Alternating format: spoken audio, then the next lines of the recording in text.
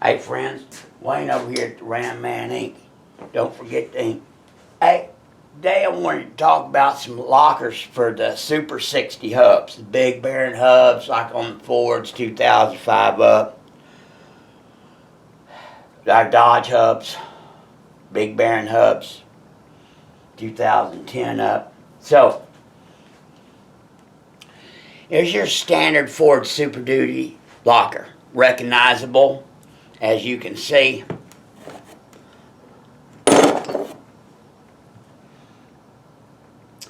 The Ford uses a caged needle bearing for the gear.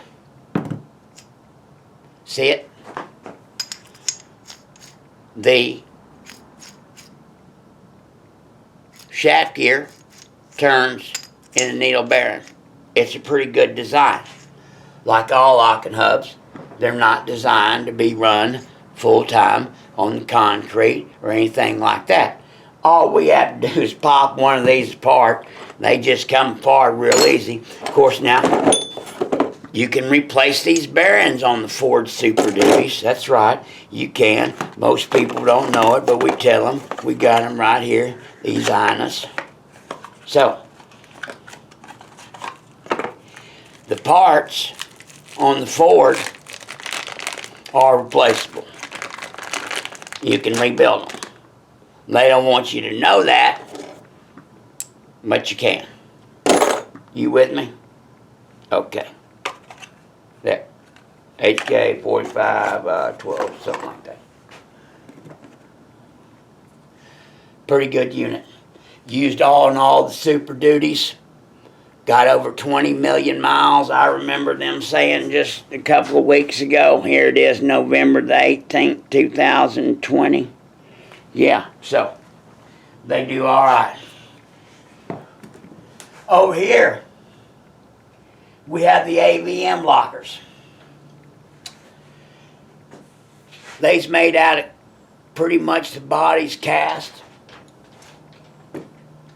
They use a little different design, old school design. See right here? They're using bronze bushings. They're impregnated bronze bushings.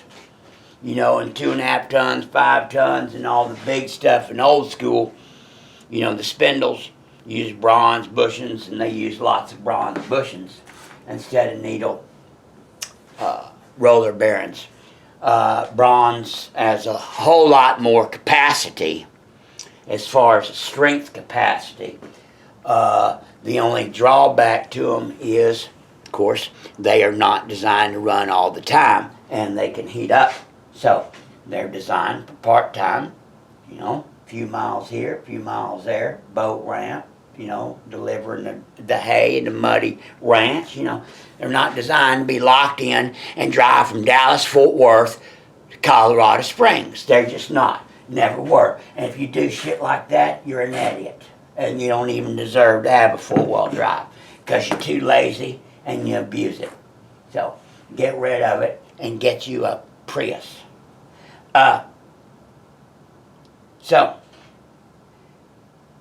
the AVMs are very similar to the Fords. As a matter of fact, I want you to look at something right here. This is the factory Ford gear, and this is the factory AVM. You will notice that the AVM teeth are quite stouter, have a lot more engagement. The unit itself, the drive gear, is beefier. You see the difference in the wall thickness. And I will tell you also that the Ford gear comes in at 6.2 ounces. This Ford gear comes in at 6.2 ounces. And this AVM gear comes in at what? 8.3. So, just by holding it in your hand, you can tell.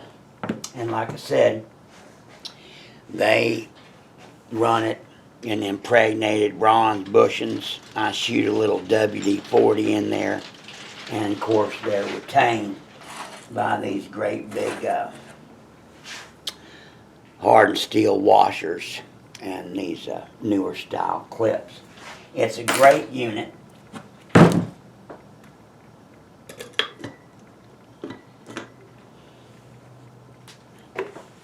And that's what, of course it's dirty and shit, but that's what AVM looks like. And of course, that's what the Ford looks like. So,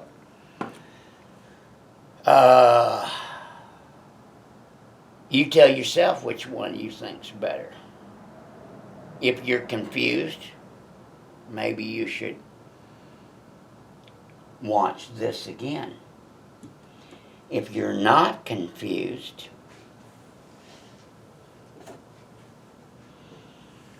and you can tell about the engagement surface area, Ford AVM,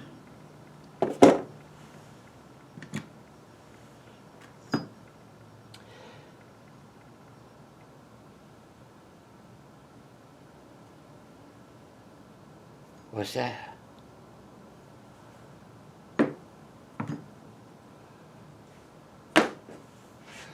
Ford.